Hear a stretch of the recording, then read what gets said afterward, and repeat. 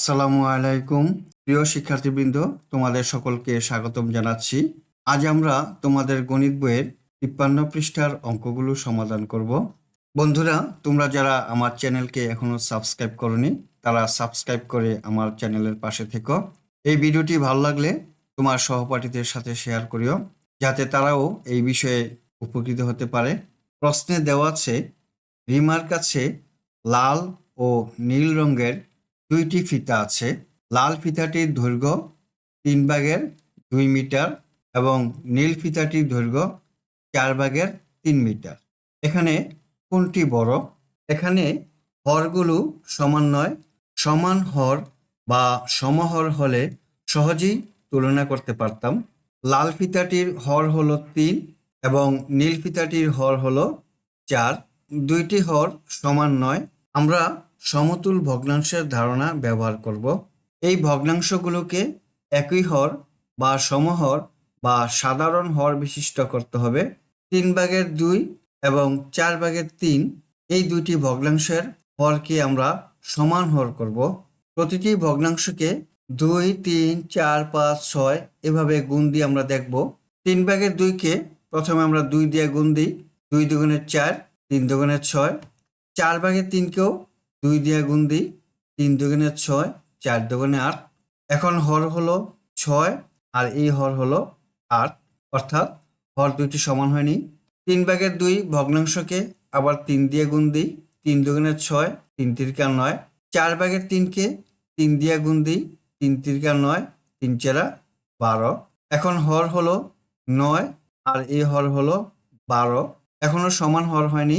এবার 3/2কে 4 দিয়ে গুণ দিই।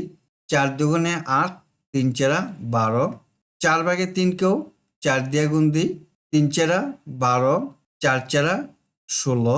এখন দেখতে পাচ্ছি 3/2-এ হর পেয়েছি 12, 4/3-এও হর পেয়েছি 12। এই ভগ্নাংশটি হলো 12/8 আর এই ভগ্নাংশটি হলো 12/9।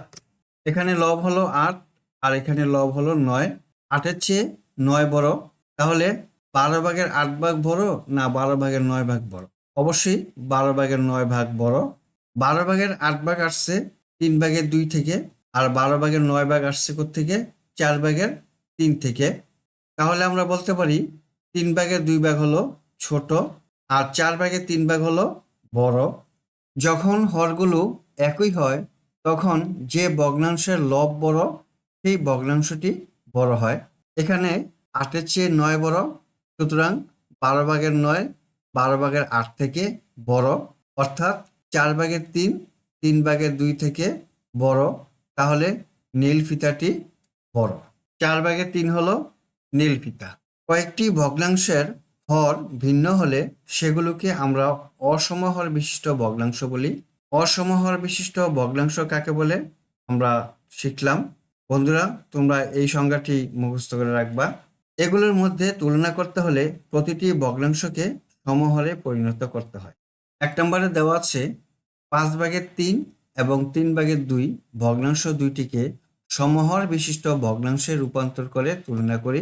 5/3 এবং 3/2। 5/3কে 2 দিয়ে গুণ দিই। 3 দুগুণে 6, 5 দুগুণে 10 এবং 3/2কে 2 দিয়ে গুণ দিলে 2 দুগুণে 4, 3 দুগুণে 6।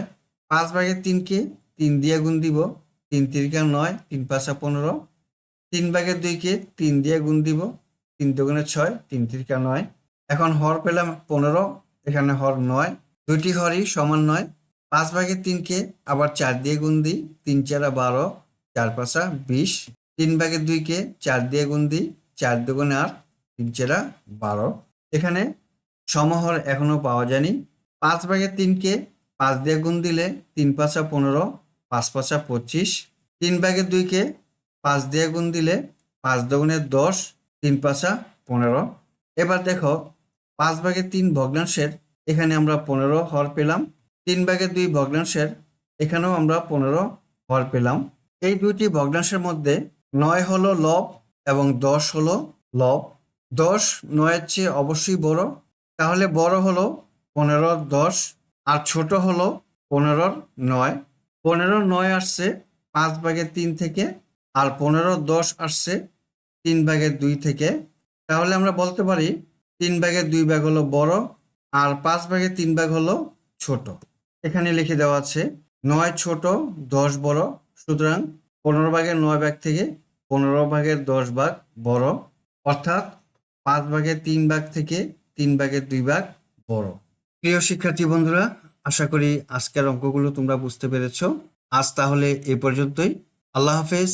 আসসালামু আলাইকুম ওয়া রাহমাতুল্লাহ।